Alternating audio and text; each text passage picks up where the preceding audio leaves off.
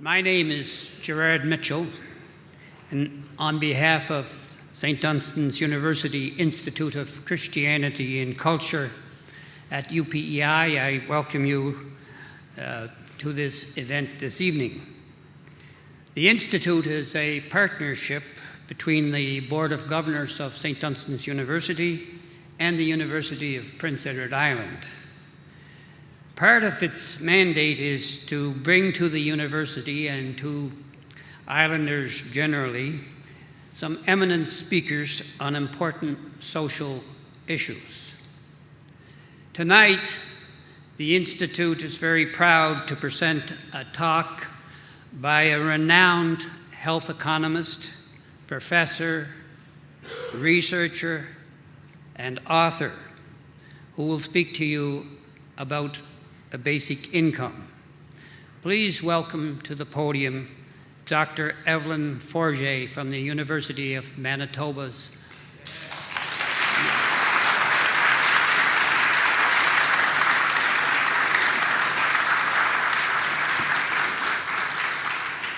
Thanks so much, Gerard.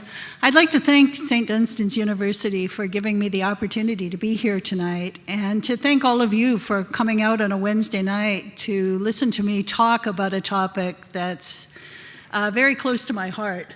I've actually been working on basic income for some time, and what I'd like to do tonight is to talk about how a basic income is good for our health. It's good for our health as individuals, but it's good for the health of our society as well.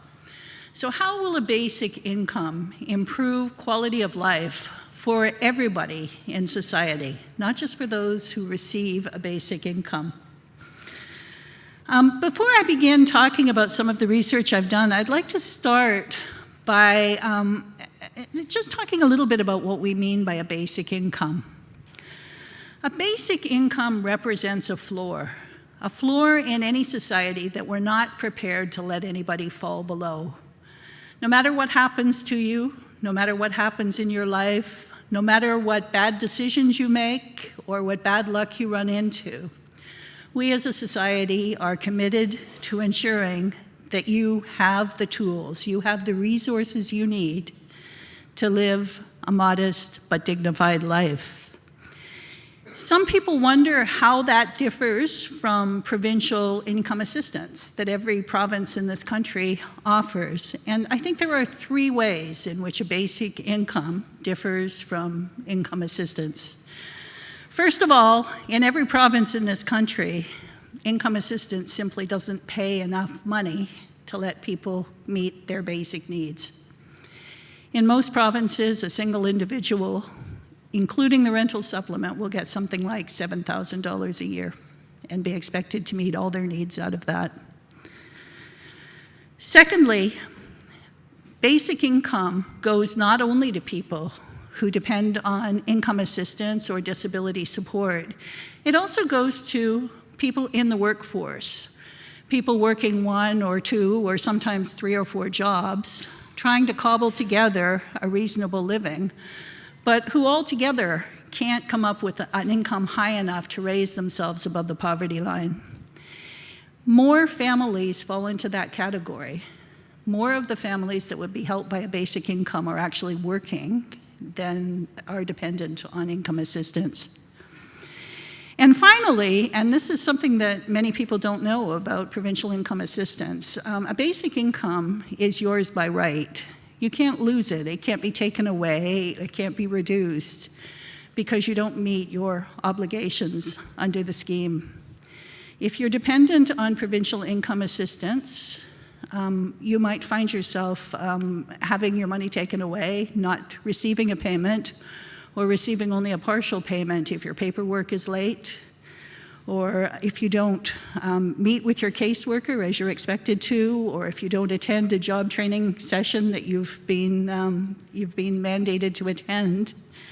There are no behavioral requirements for a basic income. This is money that belongs to everybody by right, just by virtue of being a human being. This is money that you get. You don't need to deserve it.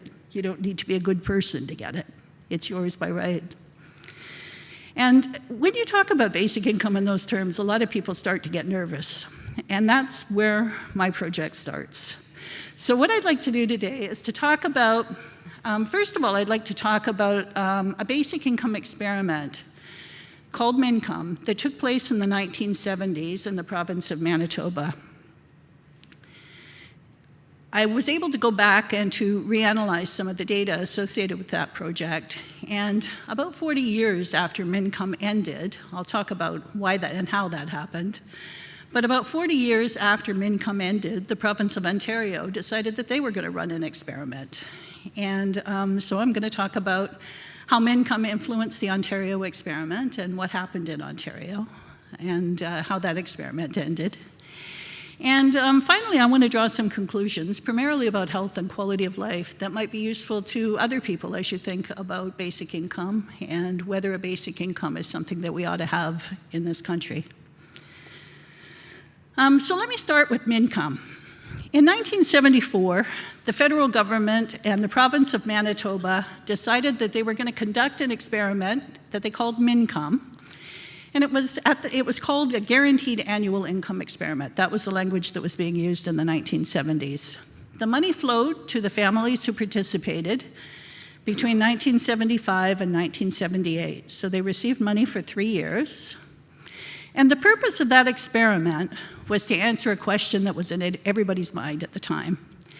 And that was, if we give people free money, if we give people money for nothing, are they just going to stop working? Are they going to reduce the amount of work they do? So the purpose of that experiment was to look at that specific question. What happens to the labor market? Do people continue to work? Do they stop working? What do they do? This little map shows the two primary sites of MINCOME. Manitoba is an odd province. It currently has about 1.3 million people, 750,000 of whom live in the city of Winnipeg. So in the 1970s, the population of the city of Winnipeg was about 450,000, and the next largest city in Manitoba was Brandon, which had about 20,000 people living in it. So it's an odd kind of a province. It's very empty. There are a lot of small towns, and there's one large city. So there were two sites in the MINCOME project. The first was the urban site in Winnipeg.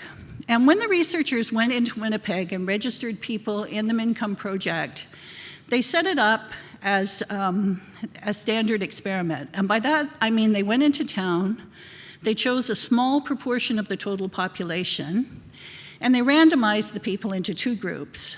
The subjects, the test group, who received a basic income, and the control group, who were just exactly the same, who were matched, who did not receive a basic income.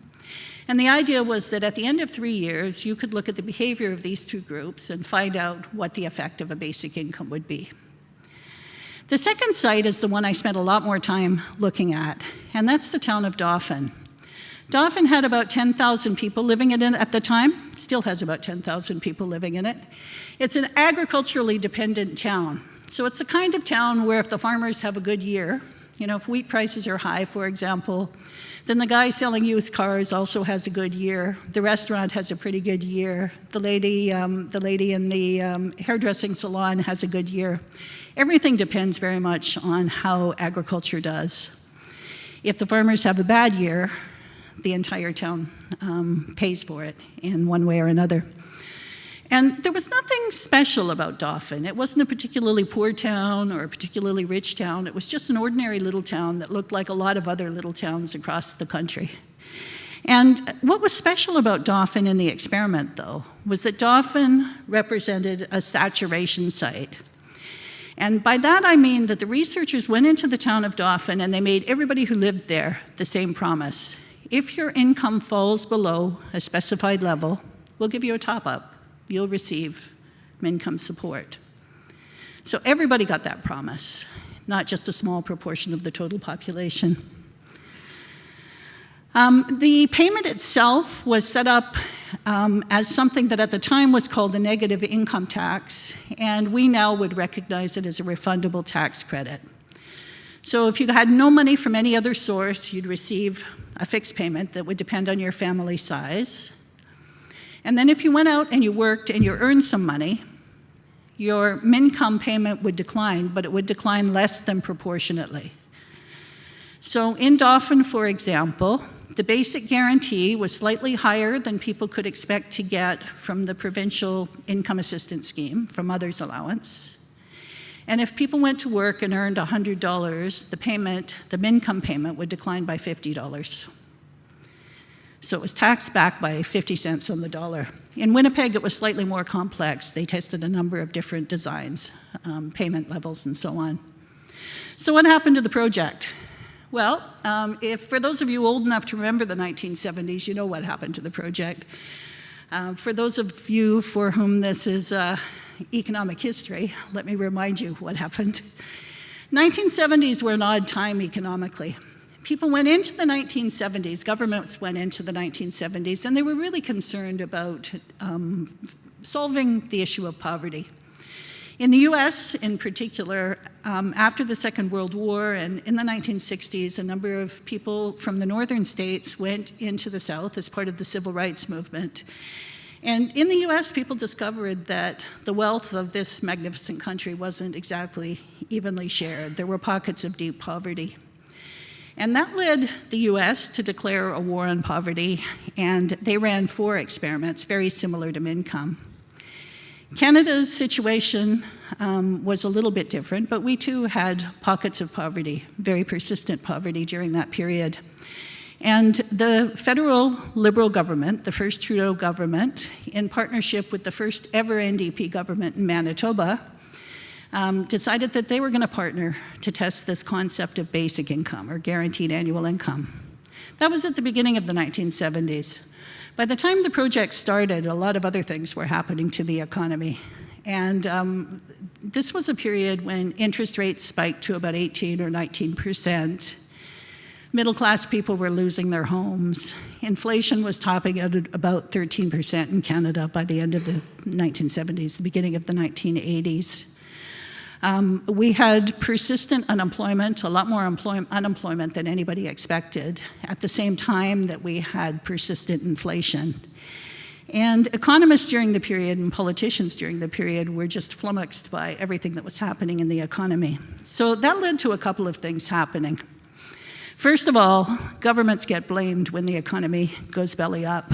And the first thing that happened is that the first ever NDP government in Manitoba fell in 1976, and it was replaced by a progressive conservative government. No government ever on the planet likes to put money into the special projects of its predecessors, so it lost political support provincially. Federally, it was a minority government, and the minority government was just hanging on to power.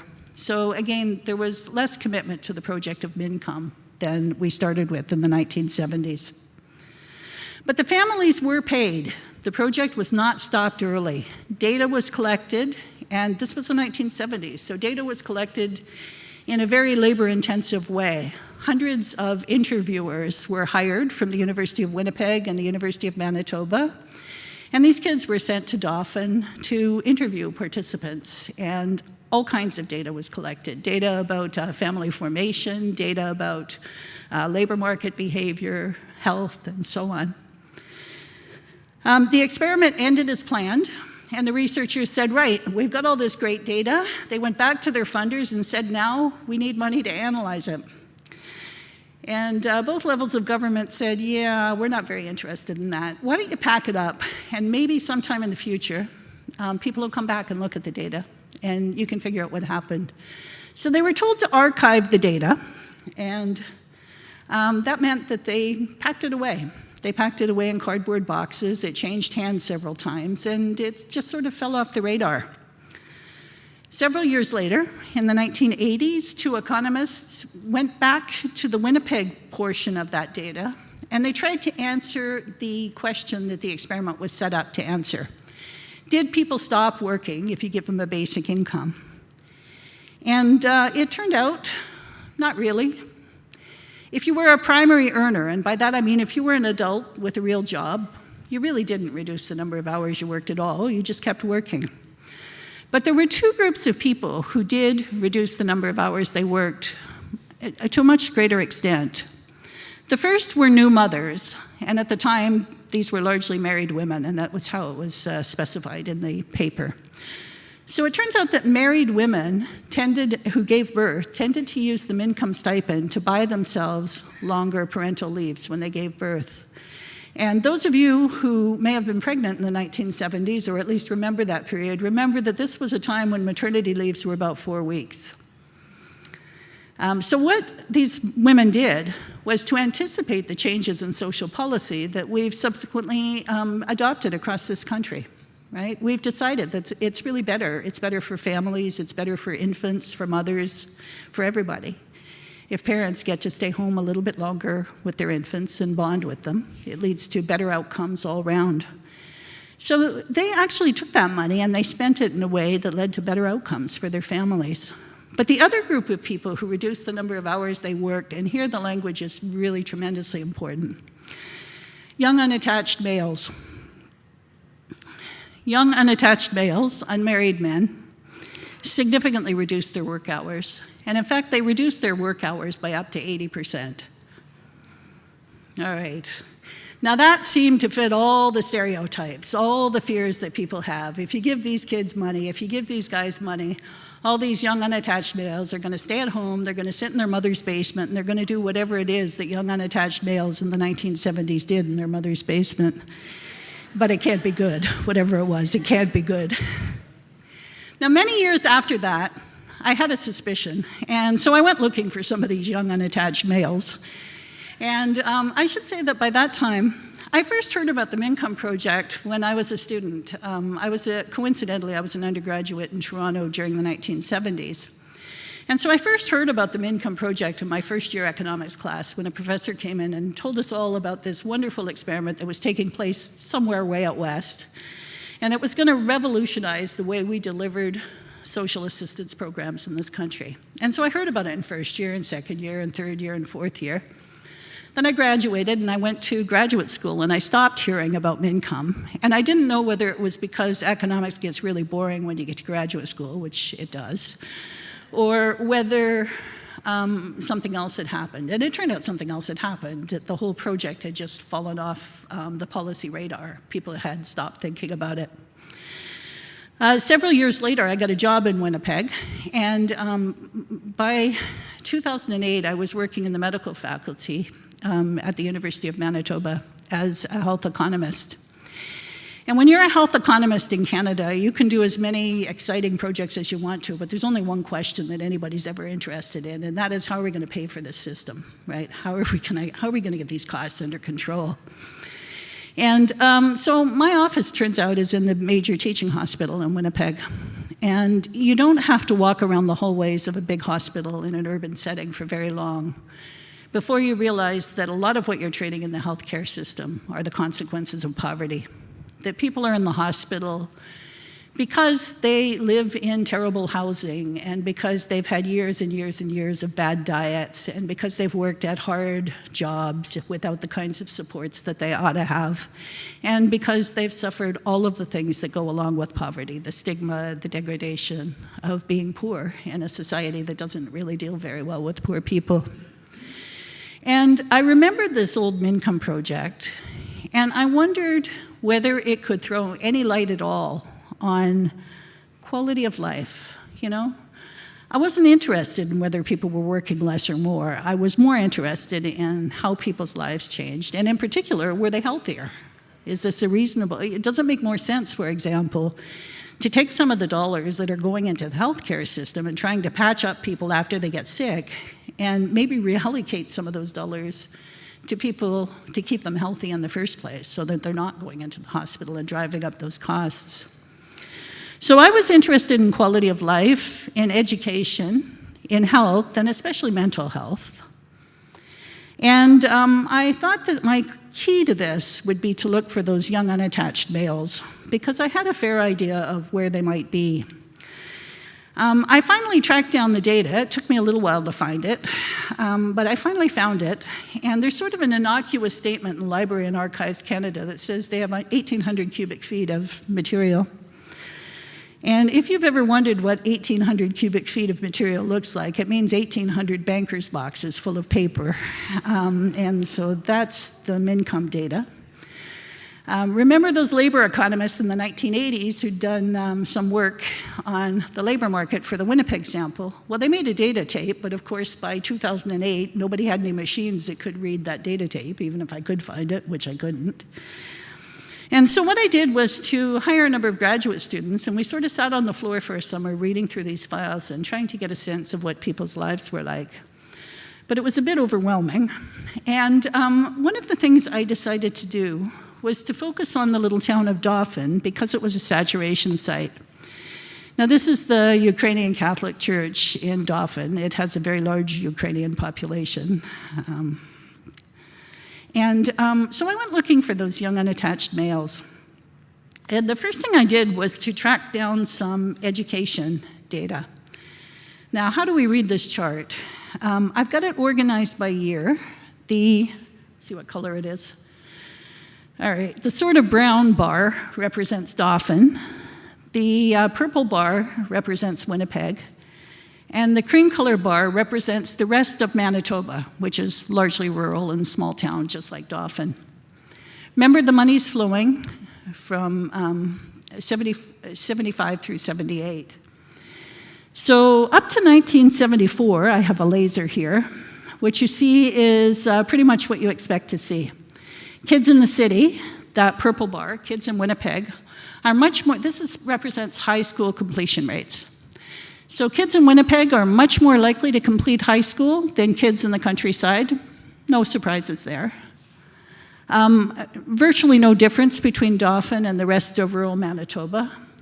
They're, half a dozen of one, 6 of the other. 1975, the families start receiving money, and look what happens to the Dauphin bar. It goes above the Winnipeg bar, and in fact, it almost reaches 100%. 100% means 100% of the kids in grade 11 continue to grade 12. 1976, the families are still getting money, and now we're above 100%. We were actually attracting kids back, kids who dropped out of school. We're coming back to finish grade 12, to finish high school. 1977, we're sitting at 100%. 1978, we're sitting at virtually 100%. Money stops flowing in 1979, and we go right back to where we started from. The Dauphin rate goes right down to the rest of rural Manitoba. You can ignore that last set of 3 bars. They built a couple of high schools just outside Winnipeg city limits and messed up my data. It's probably a good thing they built the high schools, but it's hard to deal with. But what we've got here is these bars represent a lucky cohort of kids. A very lucky cohort of kids who in the mid-1970s, kids who never would have finished high school, had MINCOM not come along, suddenly had the opportunity to finish high school. And I'm just going to ask you to use your imagination a little bit here. What happened when kids left school in 1975 in a rural town? For boys especially, and this is largely a male thing, the gender matters a lot. The girls were largely continuing in school, but the boys weren't. And what happened was that before MINCOM came along, a lot of boys in low-income families in Dauphin were under a fair amount of family pressure to become self-supporting as quickly as they could. These were large families, and the idea was that if your son's 16, he can go earn a living, and the family money can go to support the younger brothers and sisters. So it was sort of up and out. The kids turned 16, they're encouraged to look for a job. Turns out that there were all kinds of jobs in 1975 for good, strong boys who'd grown up on farms and weren't afraid of hard work. These kids turned 16 and they got jobs in agriculture and in manufacturing and on the railway. And what happened in the next 40 years to employment in all 3 sectors? It's just collapsed, right? 15 boys can be replaced by a great big piece of farm equipment. Employment's collapsed in those sectors. So the kids who left school without grade 12 in the mid-1970s would have faced a lot of periods of unemployment in the subsequent years, the need to retrain. It would have been challenging for them. The kids who finished grade 12, by contrast, in many cases, had the opportunity to go on to community college, to go on to university, and to live very different kinds of lives, to have a very different set of opportunities open to them as their life continued. So these are my young unattached males. Young unattached males turned out are 16-year-old high school boys, and they got to stay in school just a bit longer. Now, that was my first challenge. My second challenge was to look at health. I wanted to know if people were healthier if they received MinCom. And I was very lucky here because if you remember back to those 1,800 boxes, I figured my life was finite and I wasn't about to digitize that material myself. And so I went looking for other data sources. And Canada had just introduced universal health care, and all provinces were fully compliant by about 1971. By 1971, it was implemented in Manitoba.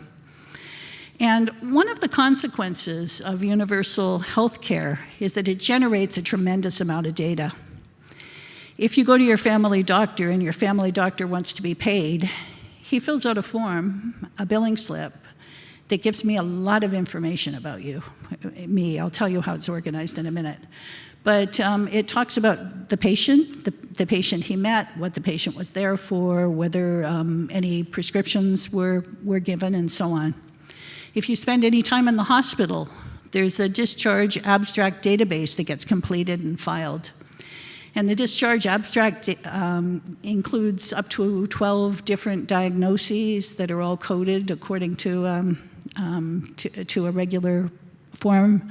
I know how you got in the hospital. I know whether you came by ambulance or were transferred from another hospital, and so on. And in Manitoba, we're very, very fortunate because that data's been organized in a way that researchers like me can access. Now, I have to tell you, because some of my colleagues will get very upset if I don't, but this is all anonymized data. People's privacy is protected, and there are many layers of permission that you need to go through in order to access this data. So it's not freely available to everybody. But within that database, if you've lived in Manitoba at any point between 1971 and the present, I've got you in the registry, identified by a 9-digit individual number and a 6-digit family number. The 9-digit individual number means that I can follow your health history over your entire lifetime in Manitoba. And the 6-digit family number is really interesting because that means that I can attach you to your spouse, to your children. I can find your relatives. I can track family formation and dissolution, divorces and marriages.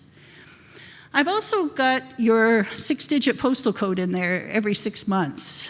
And once I've got your 6-digit postal code attached to you, I can find out a lot of information about you from the Census of Canada. I know what kind of a neighborhood you live in. I know what the mean income, the median income in that neighborhood is, what level of education people have, what the physical quality of the housing is. If you've been in the hospital, I have all your discharge abstracts, so I know what you were there for. I know whether you came by ambulance or were transferred. I know what the diagnoses were. I know what special procedures you might have had. Somewhere in here, I've got medical services. So I know if you went to a family doctor.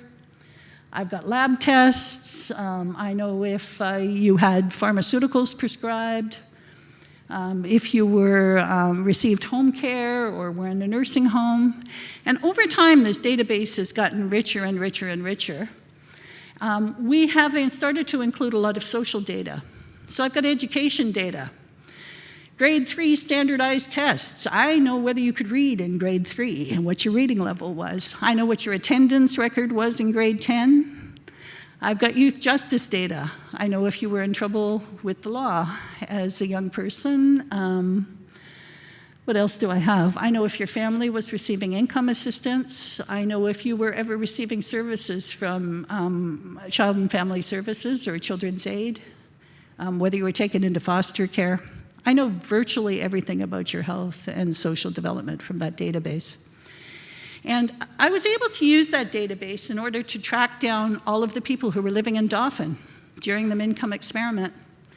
And not only could I find them in the database, I could find 3 other people just like every person living in Dauphin.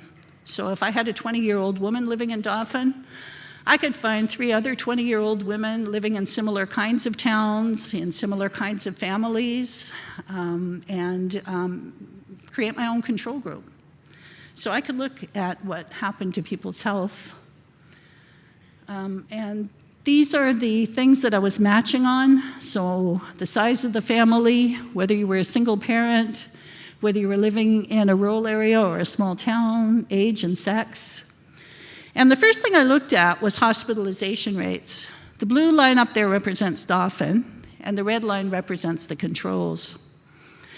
And up until 1975, if you lived in Dauphin, you were about 8.5% more likely to be hospitalized. You spent 8.5% more days in the hospital than the control group, than similar people of the same age and sex living in similar kinds of towns.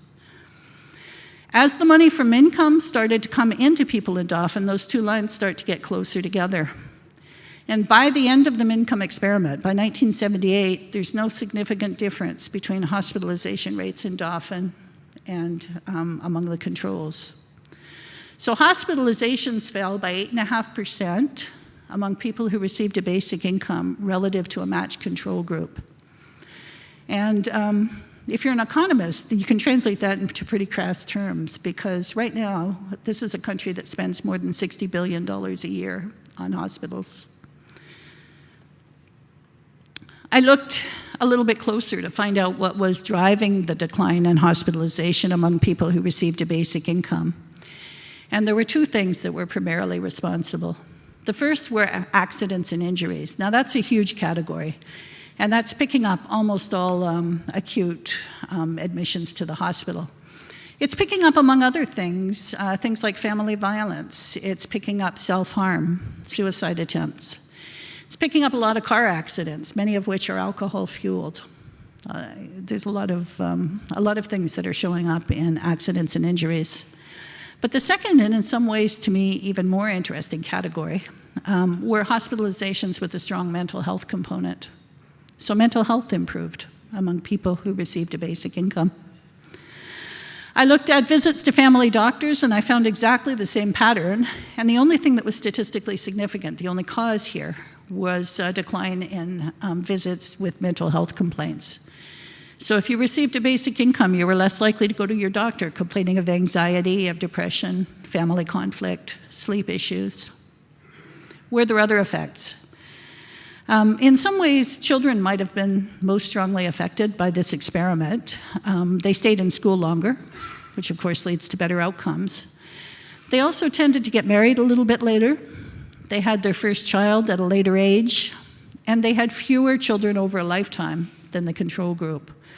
And all of those things are associated with better outcomes for the children and for the family. What's missing so far is the story of how people thought this affected their lives. This woman's name is Amy Richardson. This is a picture of her family in the 1970s.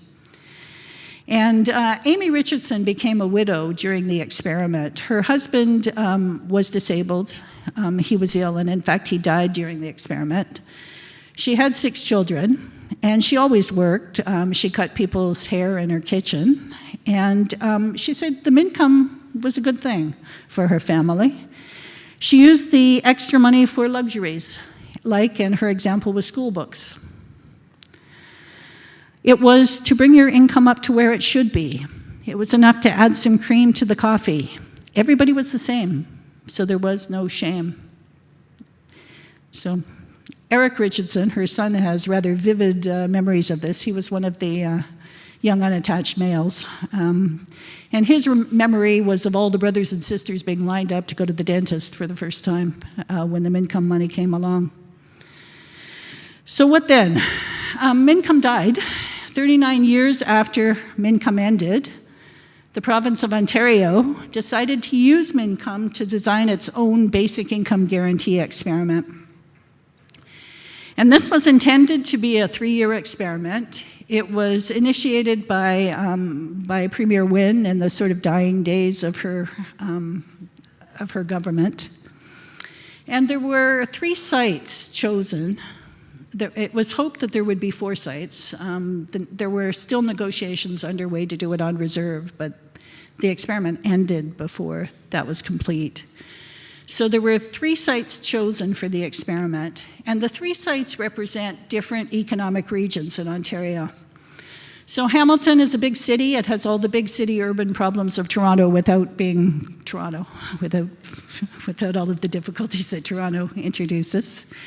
1,000 subjects in Hamilton received a basic income. 1,000 other people represented the control group. Thunder Bay, northern town with a large Indigenous population based on resource industries, 1,000 subjects and 1,000 controls. Lindsay was sort of a saturation site.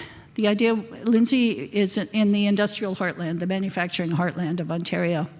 So in recent years, there have been a lot of plant closures. People who used to make very good money in manufacturing have found themselves out of work and unemployed for long periods of time and taking precarious jobs in retail, for example, or working those kinds of jobs. And 2,000 people in Lindsay received a basic income, and there were no controls. And the purpose of this experiment was to focus on poverty reduction. They were much less interested than the income folks were in what happened to the labor market. What they intended to do was to find out if a basic income could reduce the poverty rate, and in particular, they wanted to follow the secondary effects on things like mental and physical health, on child development, on labor market participation, it just wasn't central, on education, economists like to call it human capital formation, community effects, and in particular, they were very focused on this idea that a basic income might help them save money on the healthcare sector in the long run. So they wanted to look at the healthcare sector and a lot of other sectors to see if giving people money up front would reduce the cost of delivering other social programs. This was seen as a replacement for the basic income assistance schemes in Ontario. So it replaced the standard program, which is called Ontario Works, and Ontario Disability Support Program for adults, people between 18 and 64. About 10% of the people participating in the experiment were students, and it includes people with disabilities. The same payment design as was used in Mincome was adopted by Ontario. So if you were a single person, you received just slightly less than $17,000 a year. And for every dollar you earned on the labor market, your Mincome payment would decline by 50 cents. If you were a couple, you would receive just over $24,000, again, less 50% of earned income. If you had children, they would receive the child benefit in addition to the basic payout. And there was an additional payment for people with disabilities of $6,000 a year. And their intention was to focus on a number of different factors, primarily poverty reduction, food security, physical and mental health, career and life decisions, savings and investment decisions, work decisions, unpaid work, gender, mobility and housing. They also wanted to look at some of the bigger things, perceptions of citizenship and inclusion, community impacts. The sampling began in the summer of 2017, and it was complete by April 2018.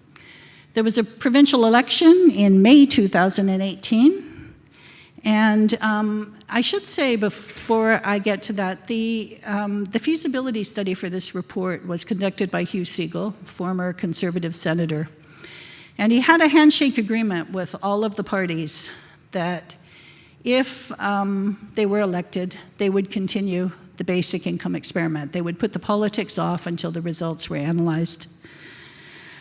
The Conservatives were elected, and they changed their mind shortly afterwards. The project was canceled in July 2018. And I just want to give you a sense of what happens when you cancel a project like this midstream. Now remember, these families had been promised 3 years' worth of support under this program.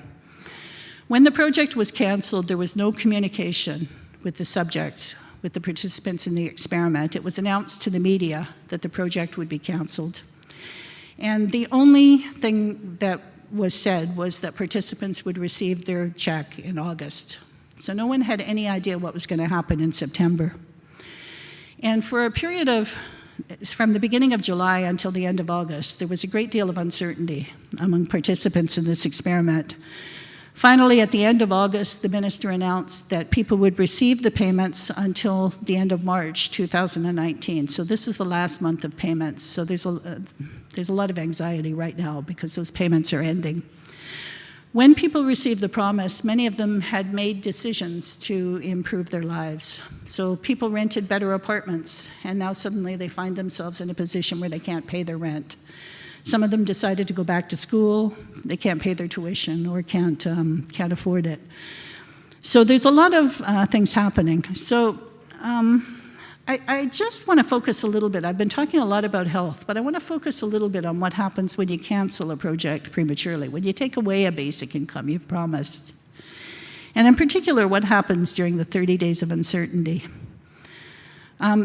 There was a lot of online discussion among participants, and there were some real fears that some of the participants would come to harm. And there were a lot of very difficult stories, so heartbreaking stories actually, that came out of it. And one of the things that happened is that people started to write on Facebook and on Twitter, and they started to email people, including me.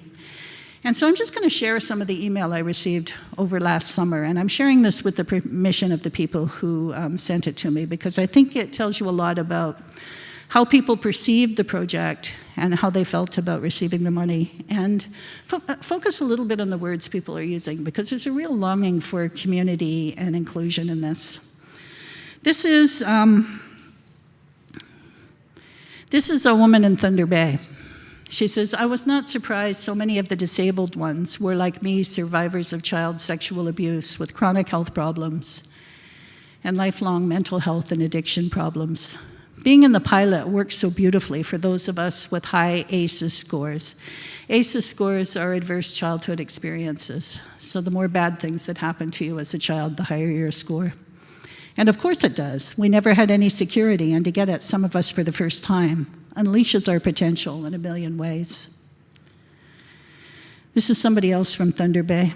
She says, "I wanted you to know, you," and she didn't mean me, she meant all of us, proponents of basic income, "made us feel like we mattered. The wards of the state who were harmed in CA at Children's Aid Society, who were never helped by medicine, who have been ostracized over and over and over.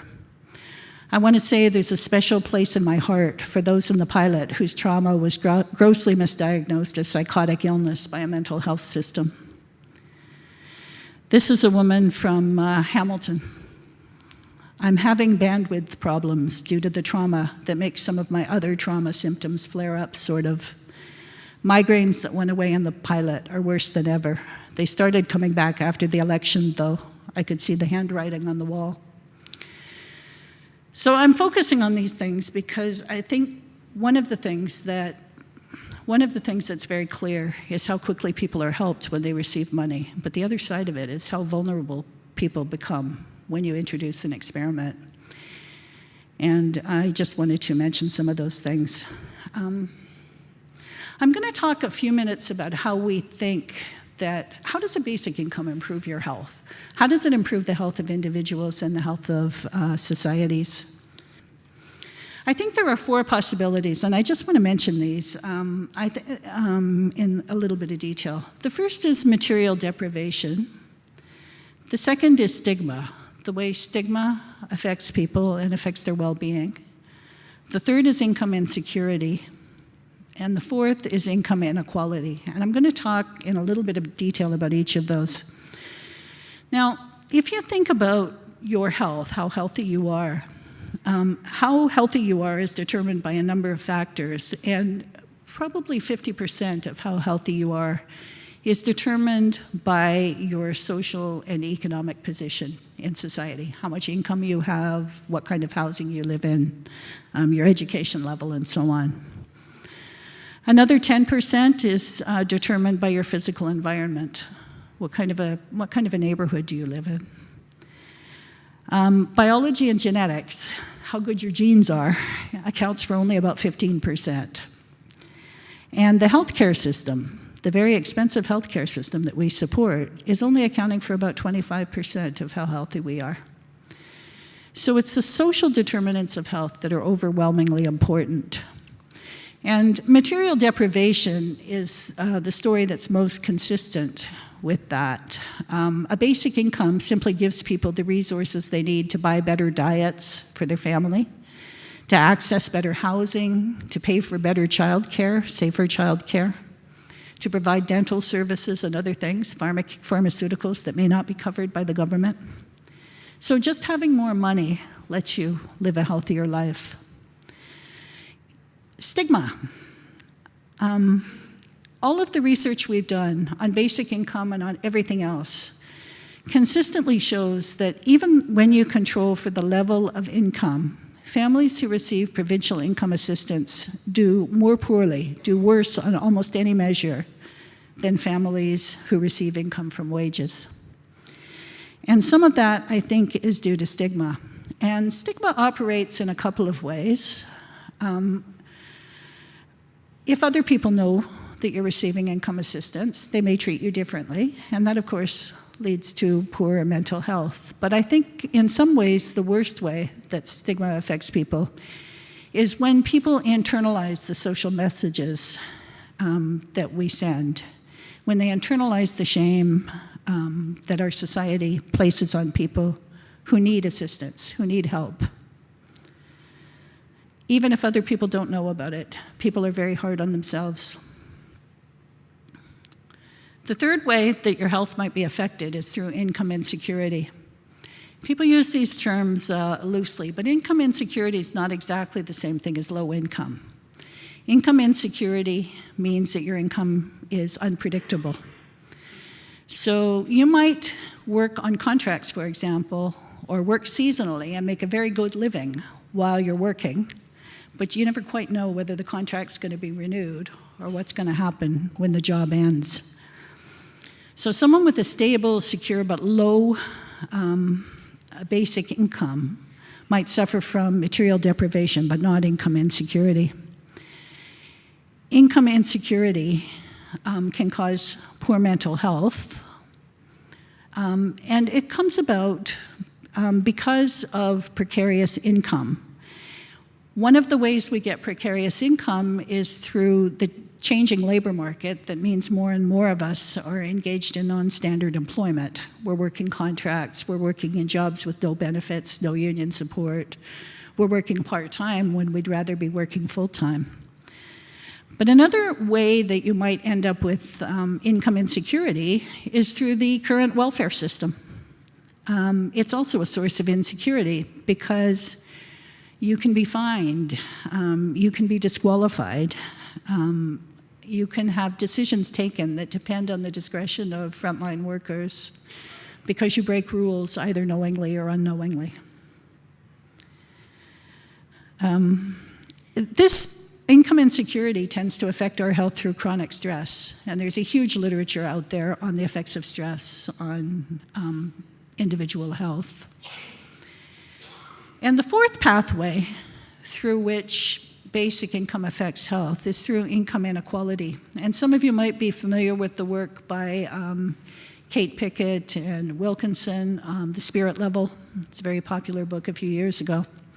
And the story people usually tell about income inequality is we're all on Facebook now, we're all on Instagram, and we can see how well everybody else seems to be living their lives. And we compare ourselves to other people, and we always feel like we're falling short.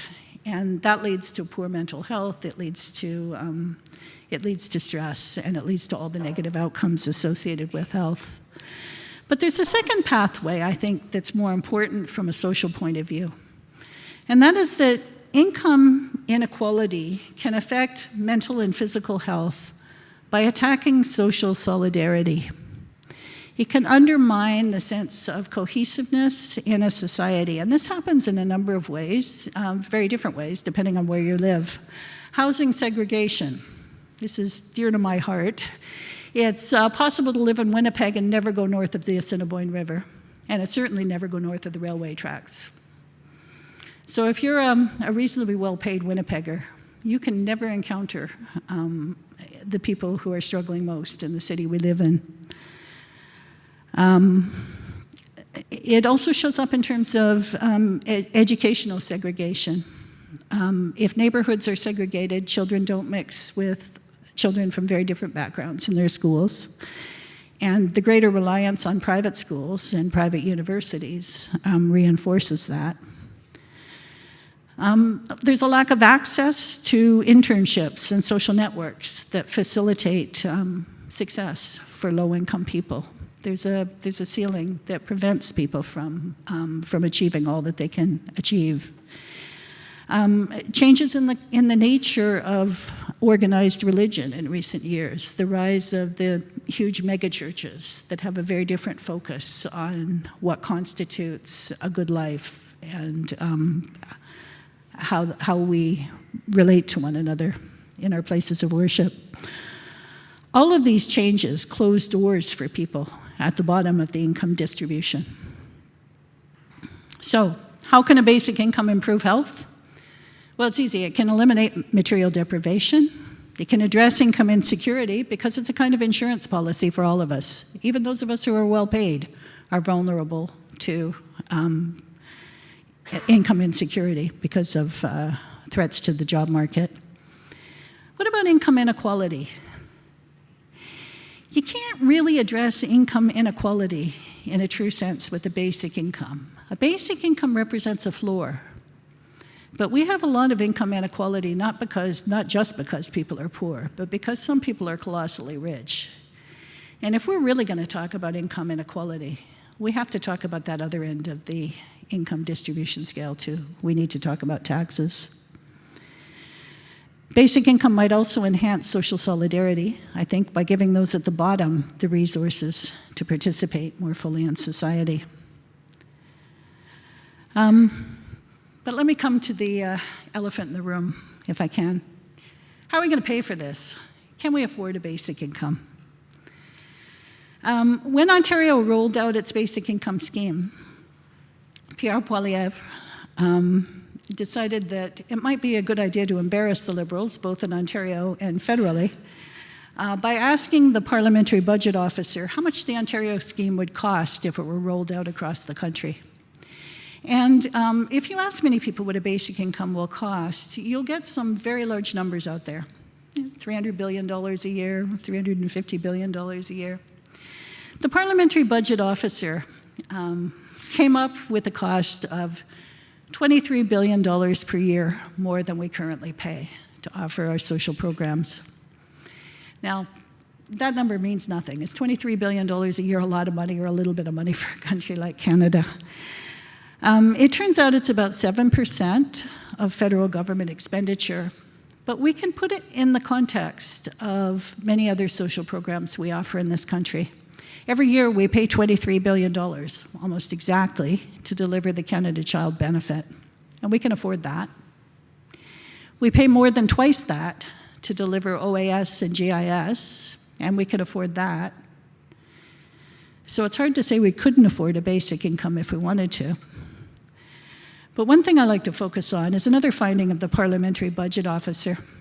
Every year, when we fill out our income tax, high-income Canadians in particular have access to a number of tax deductions and non-refundable tax credits. And those add up to about $122 billion a year. $122 billion a year. These are things like the preferential treatment of capital gains, flow-throughs for dividend income, special treatment usually of investment income. I think we need to ask ourselves, if we can afford $122 billion a year in welfare for the rich, can we find $23 billion a year to pay for a basic income for the poor? I think it's all about choices. it's all about the kind of society that we want to build. Thank you.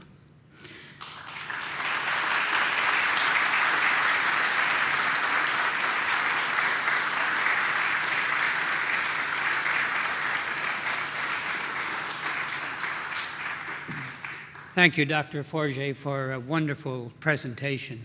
And Dr. Forget has kindly consented to take a few questions. If you have some for her, come to the mic and she'll take your questions.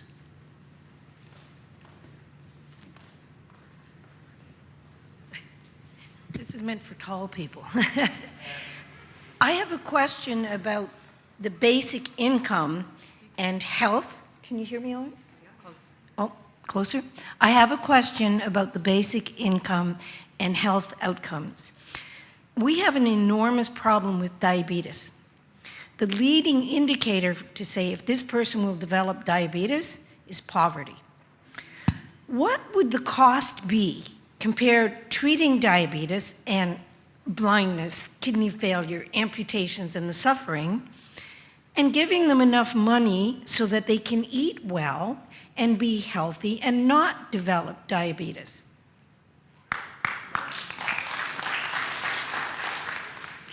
We too have a very large problem with diabetes in Manitoba. I don't have the condition-specific concerns, but diabetes is a wonderful example of a chronic condition that's made worse by poverty. And if people have the resources they need, they can buy the diets they need, they can access the diets they need, they can also reduce the stress level, which is a real indicator of developing complications associated with diabetes. So I agree absolutely. Diabetes is a wonderful example of why we need to spend the money up front.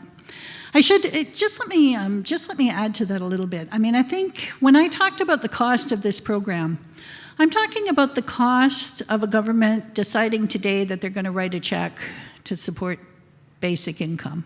There's an upfront cost to delivering this program, but we really ought to be thinking about basic income as an investment. And your comment about diabetes is a very good one, because this is the return on the investment that we expect to see. You know, I think we do that typically in other areas. We ought to be doing it in terms of our social programs as well. Yeah. Another big cost to society next to the medical system would be our prison systems. Have you done any research into how much we'd be saving when it comes to reducing just minor offenses and bogging down the legal system and paying for people to be in prison all the time? Yeah, the cost of keeping somebody in prison is dramatically high. No, I haven't done it. I didn't have access to that kind of data, but that's a very good example, again, of another social program where basic income would pay off. My question to you is, how can you lobby the federal government and provincial government to put this guaranteed income, do pilot project and PEI for us to have this and do our own way, and not the way other countries do it? Yeah, that's a hard one. I actually am a little bit burned out on pilot projects. My experience with MinCom and my experience with the Ontario pilot makes me very nervous about pilots. It's way too easy for governments to stop them, to simply decide that they're not going to follow through. I think we actually have a lot of information about the effect of basic income. There are basic income experiments taking place all over the world. Finland has just released its interim report. There were experiments that took place in India, in Kenya. There are a couple underway in the US, Barcelona, all over the world. And we have information from these. We have information from the Canadian projects. We know what the impact is. We know people aren't going to quit their jobs. We know people are going to be healthier and happier. Why do we need another pilot? What we need is a program. What we need is a basic income program. We didn't do experiments. We didn't do experiments when we introduced the Canada Child Benefit. If we didn't experiment with Medicare, we'd still be waiting for it, right? So I'm very nervous about experiments. I think, researchers really like to do them. They're great fun to do, but, the consequences in Ontario are, I think, were really quite devastating for the participants. Thanks. Oh, thank you. I have 2 questions. What's the, do you know how much people will be affected by, if this was the rollout now, like how many people across Canada would benefit, like a percentage of the population wise? I believe it was 12.5 billion households would benefit from a base. It was part of the Parliamentary Budget Officer's report. Okay. And you can find that online, by the way. Okay. You can just Google it and look it up online. Awesome. But I believe it was 12.5 billion households. Okay, and my main question is, how do you relate a basic income to like affordable housing control and how much you pay for rent, and to stop people from like, oh, now you have more money, I want to jack up the rental rates? How do you make sure that you provide a control on that situation?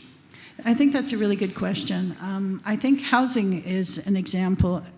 I've never seen basic income as a replacement for all other social programs. It's a replacement for provincial income assistance. I think we still need investment in housing, in affordable housing, and I certainly think we need legislation to control rent hikes. So I do think that there's something more that needs to be done, particularly in areas of the country where the housing market is especially stressed. Thank you. Good evening. I was a little bit late, but I was able to catch up the last few topics with regards to rich people having a good,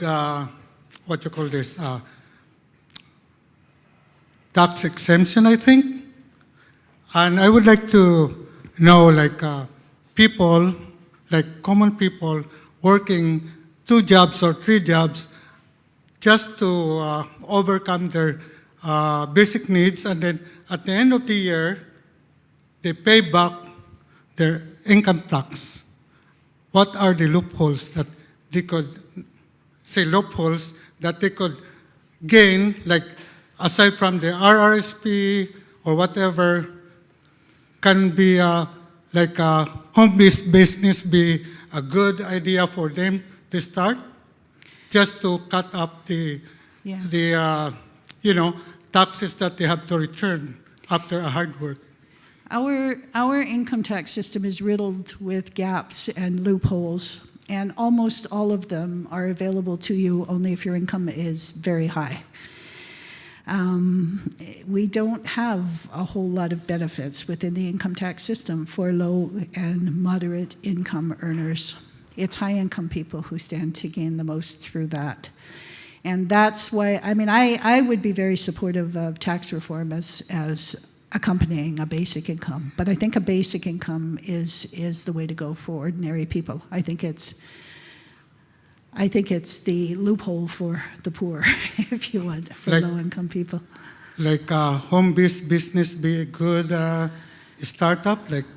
Then they could deduct some of their home rentals and gas or food, whatever. Yep. Thank you. Okay.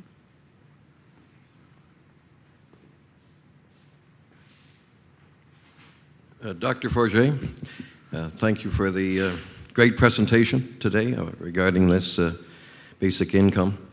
You've identified the cost to implement in a country as rich as Canada is. Have you done any investigation on the savings to this country? Yeah, in terms of the health. In terms of health, I think we're looking at about 8.5% of the healthcare budget, which is immense. I think we're looking at that overall. I haven't done it program by program because the data is simply not available in this country to do that. But I think we need to focus not so much on the dollar savings as to recognize that if we see this as an investment rather than a cost, we we ought not to see it as a social program with a cost associated with it, but we see it as an investment in the kind of society we want to build. This will certainly pay for itself. This will certainly more than pay for itself going forward. We've identified the big ones, right? I mean, it's health. Health is a huge one. Youth justice, criminal justice, child and family services, all of the things that are made worse by poverty. And there's virtually no social problem that exists that's not made worse by poverty. Thank you. Thanks. Dr. Forget, Yep. I have 2 points I'd like to raise to you. One, the experiment was done 40 years ago. Yep. Maybe 40 years ago, in the society, there haven't been as many activities to waste a young man's life. Today, people can play games 24/7, and people can. Cannabis is legal, right? And It was illegal in 1974, but I don't recall it being particularly hard to get. so, what I'm saying is, perhaps today, with this program, higher percentage of people will waste their life because of this windfall. That hasn't been the experience in any of the experiments that have taken place. There are always going to be people who have issues. There are always going to be people who have substance abuse issues, for example, and need special programs. It's a very small proportion of the total number of households who would be helped by a basic income. And those people, by and large, are already receiving some kind of support, either through disability support or provincial income assistance. So I don't think there's that fear. I mean, I don't think that the world is a worse place now than it was in 1974 in terms of how people can waste their lives, or in terms of our commitment to the labor market. My experience working with a variety of different groups is that most people are rather desperate to work. Many people would like to work who find it almost impossible to find a job, either because they lack the skills or because there are other barriers to employment. So people with disabilities, for example, who would love to be in the workforce and can't be because they can't find workplaces that can accommodate their illness.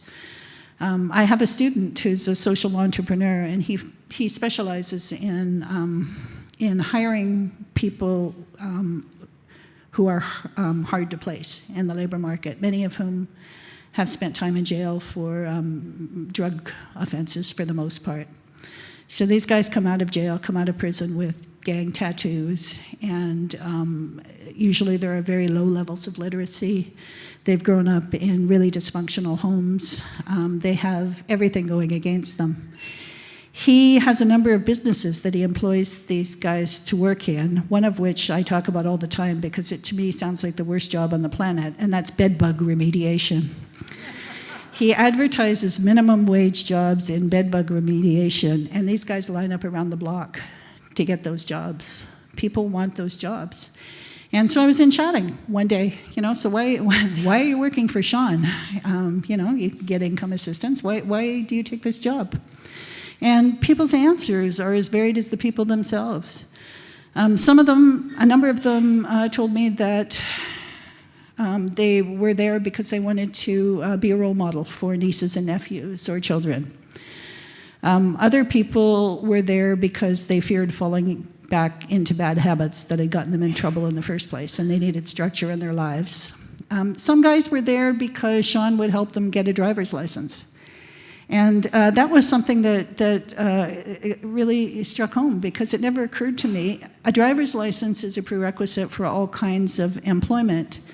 And if you don't grow up in a home where you go to school and go to driver's ed and get a driver's license, it becomes very hard for somebody, especially from a remote community, who comes into the city and wants to work and finds the door shut in a lot of those areas.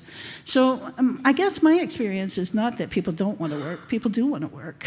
And jobs are really important to us. And so, I just don't see masses of people out there who would waste their lives given the opportunity. Okay, second point. As I understand that, a certain percentage of the population seems to, they are born to be lazy, they're born to be low self-esteem, and they are more likely to be addicted to something. And so under this program, and how much percentage of failed cases can we afford? Well, what proportion of failed cases do we afford under the existing system? Yeah, suppose we have the universal income, and 5 of them just turn out to be wasting their lives. Is that an acceptable percentage, or what's your? Do you have some ballpark figure, some understanding of that? Yeah, I guess I don't see that punishing people turns them into good human beings. I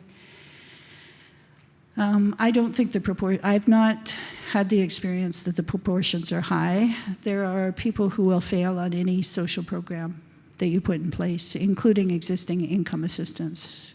I'm sure there are lazy people now who either do or don't collect income assistance. There are probably lazy people employed at very high salaries in a lot of places. I mean, there are, people are people. And they're not worse because they have no money. I mean, and I don't think that, I think we focus too much on incentivizing people as though we're going to, take people and turn them into some kind of a model citizen by threatening to take the food out of their children's mouths, for example. And I just don't think that that's a very productive way of approaching social policy. Thank you. Yep. One more. Enjoyed your talk a great deal. It was very informative. It was nice to have your own ideas underlined. What I want to say is I worked for many years with people with disabilities. I helped them particularly through the bureaucratic nightmare of applying for financial assistance. Yeah. And not once, I would say probably about 15 years, did anyone say to me, "Oh, great, I've got my pension, I don't need to work anymore." Didn't happen. No. People want a purpose. Yeah, they do. They want to work. Many of the people that came, it was their very last resort. They were ashamed.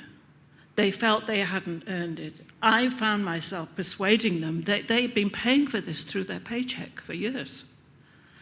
So, to hear negative comments about this, which has been proven over and over, that this is going to mean people have some dignity back and they wouldn't feel the shame for applying for help.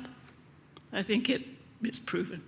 I just wanted to speak up for my past clients. They're not my clients anymore, but people need to understand that people need a purpose. They don't want to sit around doing nothing. So I think it's important to keep that on record. Thank you for that comment. I think basic income it's a hand up. It's not a handout. Thank you very much, Doctor. I've had you on your feet for a very long time. And we thank the people who asked such good questions too. I want to remind people that Dr. Forget is also the author of A Basic Income for Canadians, and the bookmark here has some here for sale. And I see former Senator Hugh Segal calls it the new Bible for how to best reduce poverty for millions. So it's a good read. Thank you all for coming, and thank you, Dr. Forget.